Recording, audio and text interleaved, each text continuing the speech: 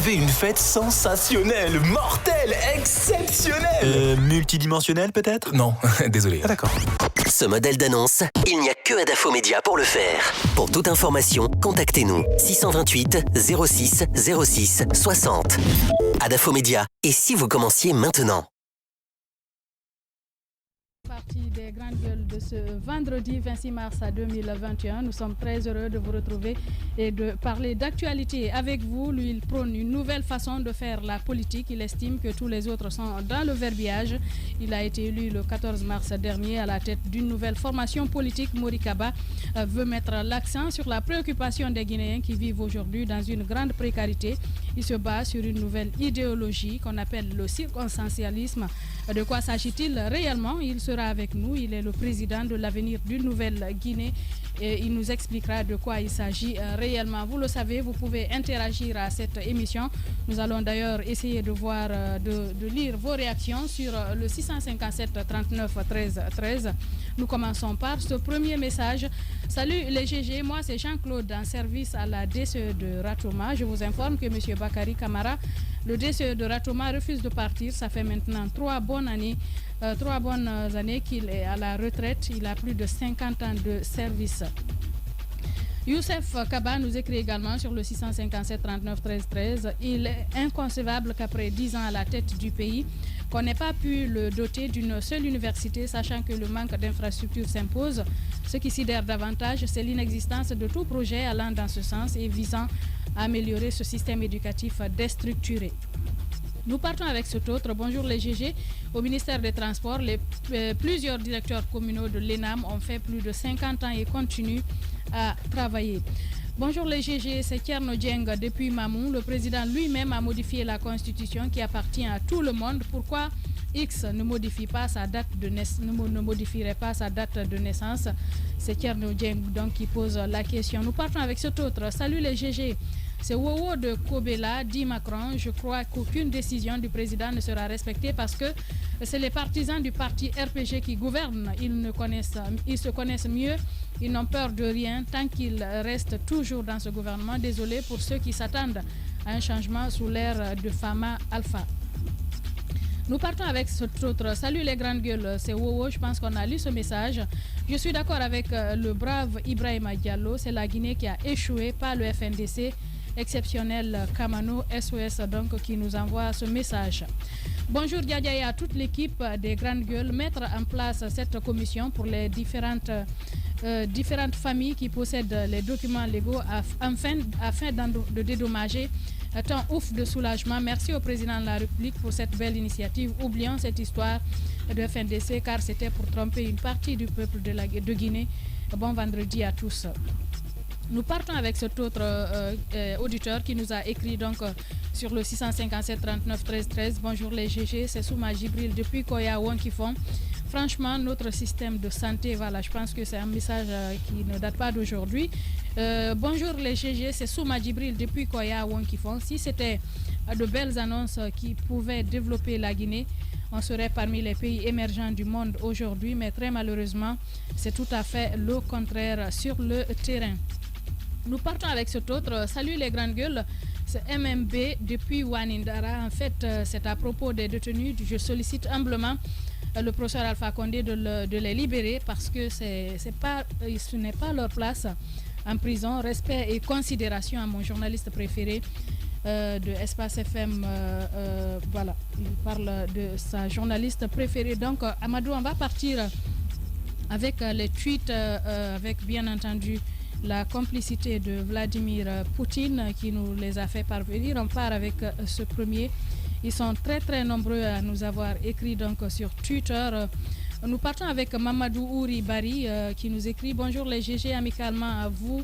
Nous demandons donc, il nous dit, nous demandons à ce gouvernement des actes concrets. On a trop entendu des promesses sans jamais les voir se réaliser. Le peuple vous attend impatiemment depuis Dakar. Il nous écrit donc.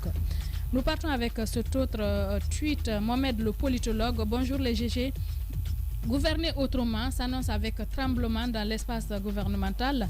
Il y a tellement de magouilles qu'il faut endiguer et il ne faut pas s'arrêter seulement à la falsification d'état civil. il y a des fonctionnaires qui sont là depuis l'indépendance. Tidiane Botegaba nous écrit également sur Twitter: dans un pays normal, déguerpir n'est pas un problème, mais pour cela, il y a des prétextes, des préalables certainement, il veut dire des préalables à suivre avant tout. Par exemple, on dédommage 3 à 5 ans avant le déguerpissement et on déguerpit pour travailler immédiatement. Tidiane Botegaba donc qui nous écrit. Excellence Baldé nous écrit également sur Twitter: bonjour la team des GG. Moi, je ne crois en rien concernant ces annonces du président que vous qualifiez de décision, car depuis 2010, il nous a servi les mêmes promesses sans résultat. Patekourou Diallo nous écrit également sur Twitter: bonjour madame, bonjour à tous. Le cas actuel du FNDC ne me surprend pas. Je ne l'avais signalé très tôt que le mariage entre la société civile et les politiques pour une cause noble, c'est de la vanité pure et simple. Les politiques regardent dans le sens pour vivre. #espace GG. Ils sont très très nombreux à avoir réagi. On ne peut pas donc lire tous les tweets. On va continuer cette émission. Donc, on a un autre invité, mais bien avant Djiba Milimono, on a écouté Ibrahima Diallo avant la pause. Oui, on l'a écouté notamment sur les nouvelles orientations de cette lutte qu'ils entendent mener, parce qu'ils parlent maintenant de lutte à visée sociale. Et alors moi je voulais clairement savoir quelle forme cette lutte va prendre, sachant qu'ils ne sont plus en Guinée et sachant aujourd'hui que le FNDC qu'on a connu en 2019 et aujourd'hui beaucoup d'eau a coulé sur le pont, il y a pratiquement plus d'assises populaires dans le pays. Maintenant, quelle forme cela va prendre? Je pense que cette communication, moi, à mon avis, c'est déjà entendu. Parce que lorsqu'il dit que oui, on va mobiliser tel, on va faire ceci ou cela, je crois, ce qu'on leur a toujours reproché, c'était ce travail d'éducation qu'ils n'ont pas fait en amont avec le peuple de Guinée. Et à l'écouter ce matin, on a l'impression qu'ils continuent toujours dans la même dynamique. Ils n'ont pas tiré les leçons, parce que lorsqu'il dit malaise à l'interne, j'aimerais bien qu'on situe les responsabilités et qu'on puisse tirer les leçons pour dire qu'on a commis des erreurs, il ne faut plus retomber dans la même situation. À un moment donné, la Constitution, eux-mêmes l'ont dit, est derrière nous. Le président Alpha Condé est déjà président de la République.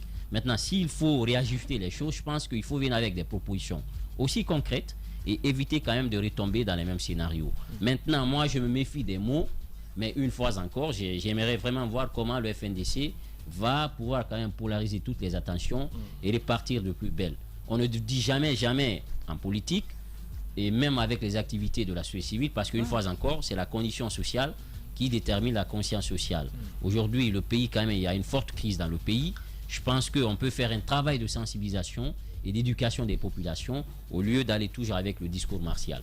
Bien, allez-y, Caps. Voilà, ce que j'ai envie de dire. J'ai comme l'impression que c'est une sortie prématurée du FNDC pour annoncer ces nouvelles orientations. J'ai comme l'impression qu'ils n'ont pas encore suffisamment mûri ces idées avant de les mettre au devant de la place publique, parce qu'on a écouté un responsable des opérations qui a du mal quand même à pouvoir mieux nous expliquer ce que le FNDC envisage faire. Et moi, ce que je veux beaucoup plus dénoncer là-dedans, comment est-ce qu'ils peuvent désormais mener une lutte sociale, et cette lutte sociale les amène, par exemple, s'ils veulent lutter contre le fait que les gens ont été, les déguerpissements n'ont pas été bien, ça n'a pas été bien fait, et qu'ils veulent, s'ils doivent, on doit indemniser les gens, à qui est-ce qu'ils vont s'adresser, à quelle institution ils vont s'adresser, vu qu'ils ne connaissent pas ces institutions-là. Ils vont peut-être sortir pour faire des manifestations, pour interpeller la population, pour qu'on se lève, pour lutter contre la prochaine hausse du prix du carburant. Mais ils vont adresser ça à qui, pour demander quelle diminution, ou qu'on prenne quoi en compte. Moi, je pense qu'à un moment donné, il est important d'être beaucoup plus responsable face à un certain nombre de décisions. J'ai l'impression,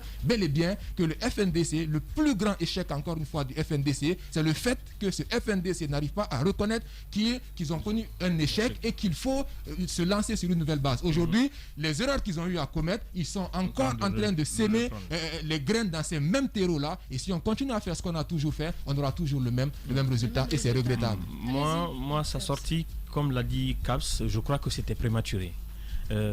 Parlant du bilan, je ne crois pas qu'ils aient fait un bilan. Parce qu'ils ont mené cette lutte avec le peuple de Guinée. On a vu ces mobilisations incomparables quand même Conakry a connu. Mais quand et il même dit, l'intérieur par exemple, du pays. Quand il dit qu'en parlant d'alternance, que quand on dit que c'est le FNDC qui a échoué, c'est pas le FNDC, c'est le peuple de Guinée. Il a parfaitement raison. Mais le malheur, c'est quoi? Vous savez, le peuple ne s'oriente pas seul. Le peuple a besoin d'être orienté. Et c'est eux qui avaient cette obligation d'orienter ce peuple. Ils ont décidé de mener ce combat, ils l'ont fait. Mais le combat a connu des tares, ce qui a fait que ça n'a pas donné le résultat escompté. Et aujourd'hui, la maturité, c'est quoi? La maturité, c'est reconnaître qu'on n'a pas pu mener notre projet à bout. Ils sont aujourd'hui quand même dans la mesure où ils sont en train de nier en permanence que ça n'a pas marché. Ils reconnaissent que ça n'a pas marché, mais ils ne veulent pas dire que ça a échoué. Le combat contre le troisième mandat, contre la nouvelle constitution a échoué, mais l'esprit du FNDC n'a pas échoué. Parce que le FNDC, à la base, ce n'est pas que la constitution et le troisième mandat, c'est aussi le bien-être du peuple de Guinée. Ce bien-être du peuple de Guinée, ça peut être leur nouveau rempart. Ça peut être cette nouvelle planche sur laquelle ils peuvent surfer. Mais aujourd'hui, dire que non, on n'a pas échoué, non, le combat a préalablement échoué. Le troisième mandat est là, la nouvelle constitution est là. Qu'ils la veulent ou pas, ça s'applique à tout le monde. Aujourd'hui, s'ils doivent aller vers une nouvelle base, c'est d'abord accepter de dire on a manqué ça, c'est fait, mais on se bat maintenant désormais pour le bien-être du peuple de Guinée. Il y a le carburant, il y a le déguerpissement, il y a les conditions de vie, il y a le transport et tout ce qui va augmenter les jours à venir. Donc voici un terrain sur lequel le FNDC pouvait revenir en force. Mais s'ils refusent de reconnaître déjà que le premier combat a échoué, ils n'auront pas de terrain pour mener le second combat. Il a reconnu qu'il y a des choses qui n'ont pas marché à l'interne, Mafoudia Bangoura. Oui, il a reconnu et moi je pense qu'il faut aller au-delà, il faut faire une remise en cause très sincère à leur niveau. Et c'est vrai que cette remise en question ne concerne pas d'ailleurs que le FNDC, ça concerne toute la société dans sa globalité, les journalistes, les politiques et tout le monde, parce que quand ça a chauffé, chacun a eu son rôle à jouer. Et qui a joué quel rôle? Qu'est-ce qui a aidé le pays? Qu'est-ce qui n'a pas aidé le pays? Je pense qu'il faut faire une remise en cause très très sincère. Maintenant, s'agissant du FNDC, je pense que ce qu'il faut éviter, c'est de se poser en adversaire du pouvoir. La société civile, c'est pour les problèmes de la société. Et lorsqu'on a... C'est des adversaires. C'est une opposition non. Quand je dis adversaire, Quand je dis adversaire, comprenez bien. C'est-à-dire, cet adversaire... C'est pas des ennemis, mais ils s'opposent. Non, ils ne s'opposent pas, ils collaborent. Bon. Ce que je veux dire, les gouvernements, non, c'est pas des adversaires. Attention, ils sont même pas adversaires, c'est des collaborateurs. La société civile collabore avec le gouvernement pour prendre en compte les besoins de la société. Quand on parle d'opposition dans un pays, c'est les gens, par exemple, qui s'opposent à certaines idées qui ne marchent pas. C'est un contre-pouvoir. C'est un contre-pouvoir. C'est pour cela qu'on parle d'opposants. Opposants politiques ou une question de médiation. Quand je parle adversaire, c'est de penser avoir en face quelqu'un avec qui il ne faut absolument rien avoir à faire. Aujourd'hui, l'État est là. Moi, je le dis tout le temps, parmi tous ceux qui sont du FNDC, parmi eux, depuis les forces sociales, c'est vrai, on a enregistré beaucoup de couacs. Mais je suis convaincu d'une chose, parmi eux, il y a beaucoup de patriotes qui n'avaient qu'un seul objectif, aider le peuple de Guinée. Et de l'autre côté aussi, du côté du pouvoir, certes, c'est pas le beau temps, mais là-bas aussi, il y a des patriotes. Et ce pays nous appartient. Je pense qu'il ne faut pas se refuser un dialogue. Quelle que soit la cause aujourd'hui, quelles que soient les raisons, ce qu'il faut privilégier, c'est cet espace d'échange. Parce que si les situations se durcissent, on a connu pendant la grève du SLEG et autres, mais ça n'aboutit finalement qu'à des guerres d'ego. Finalement, même là où on peut aller facilement, on se retrouve à refuser de le faire. Aujourd'hui, le FNDC veut aider le peuple de Guinée, qu'on permette le dialogue, Moussa Yoro. Bien, Mafoudia Bangoura, merci. Nous avons notre invité, Mori Kaba, en studio. Bonjour, monsieur Kaba, bienvenue. Il va prendre une gorgée d'abord avant de répondre. Bonjour Djadja, bonjour à tout le monde ici dans ce studio, mais bonjour aussi à vos millions d'auditeurs. Vous avez certainement écouté Ibrahim Diallo du FNDC. Comment vous y réagissez? En âme et conscience, je ne l'ai pas écouté parce que tout à l'heure, j'étais un peu pris. Bon, alors, que pensez-vous des actions menées par cette organisation jusqu'à maintenant? Bon, permettez-moi d'abord un premier temps, avant de prendre la parole, de présenter mes sincères condoléances à la famille du premier président Ahmed Sékou Touré, parce qu'aujourd'hui c'est la date anniversaire de son décès. Paix à son âme, qu'il repose en paix. Les grands cœurs. C'est l'homme à travers lequel la Guinée a eu son indépendance, bien entendu avec la collaboration de ses compagnons, notamment Seyfoulaye Diallo, Adjamafori Bangoura, Bari Toa, Bari Djawandou, Baketa et tous ces gens.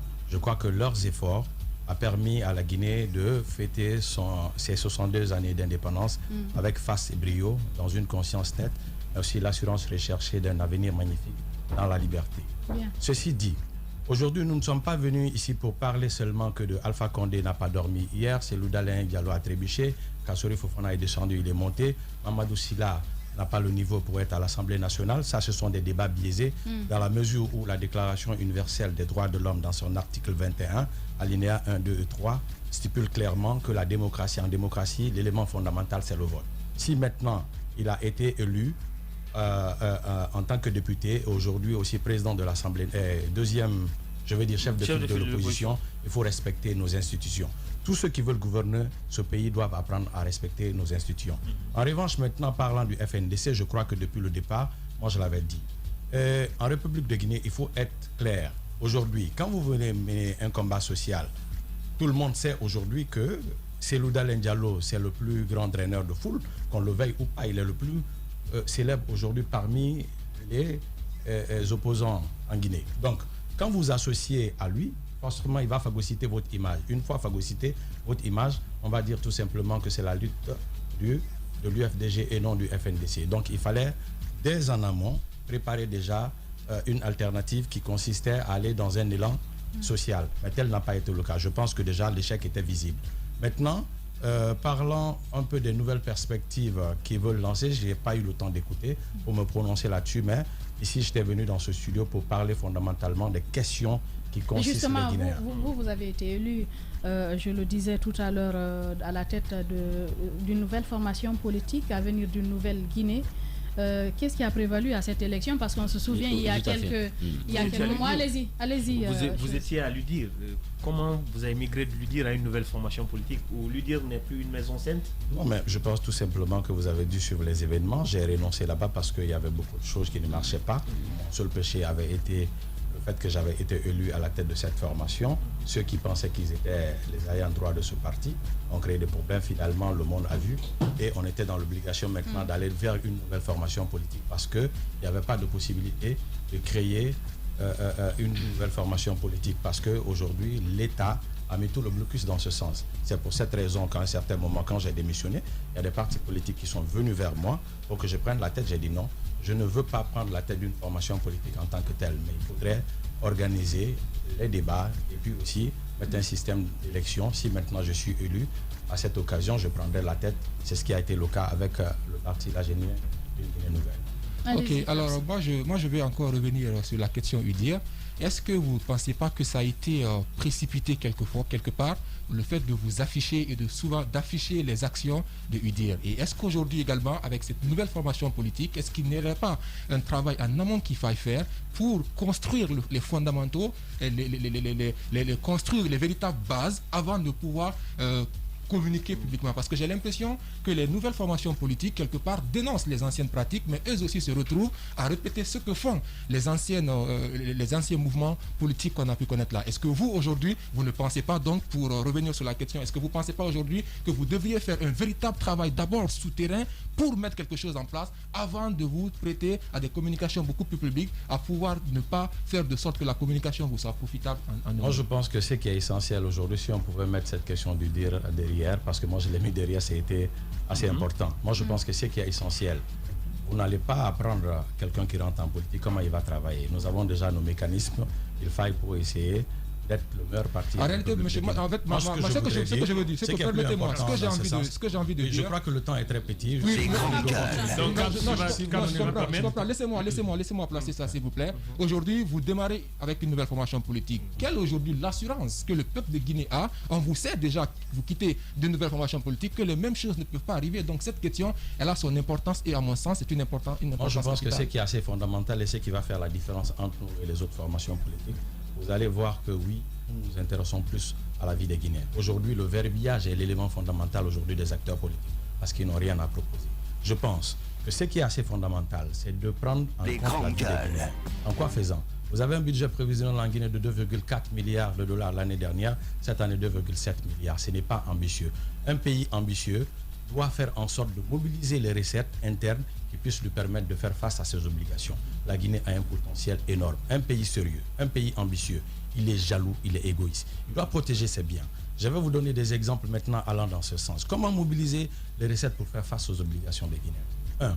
Vous avez par exemple la Sonatel du Sénégal. La Sonatel du Sénégal est une société publique. Cette société est celle qui a amené Orange Guinée en République de Guinée. Donc vous voyez, elle est publique au Sénégal. Mais aujourd'hui, tout ce que nous avons comme transaction financière ici, avec Orange Money, est déversé directement une part au compte de la Sonatel, qui bénéficie aujourd'hui à l'État sénégalais. Et je pense, avec le réveil de la Sotelgui, nous avons déjà un projet mis en place qui consistera à mobiliser 1,5 milliard. Mafouria, si vous pouvez prendre ces notes-là, après vous allez faire la somme. 1,5 milliard. Maintenant, aussi, au niveau de la Banque centrale, on dit en économie que quand la demande est en tendance et en abondance à défoncer la porte du consommateur, sa valeur dépend de ce dernier. Qu'est-ce que cela veut dire? Aujourd'hui, quand vous prenez aujourd'hui les monétaires qu'il y a, les cambis, l'État ne prélève absolument rien. Avec la Banque centrale, vous créez 8 millions d'emplois, mais au même moment, vous prélevez chaque année avec les flux Vous parlez et de reflux. 8 millions d'emplois? 8 000 emplois, je veux dire, 8 000 emplois. Mais avec les flux et reflux, vous mobilisez au moins 2 milliards. Ça fait déjà 3,5 milliards.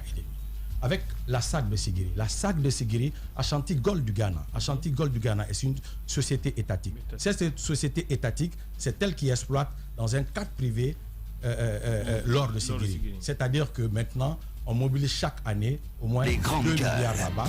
Et ce montant-là, on moule ce qu'on gagne à Sigiri, on moule aussi avec l'or qu'on gagne au Ghana. Et cela, amené en bourse, donne véritablement une économie solide aux Ghanéens.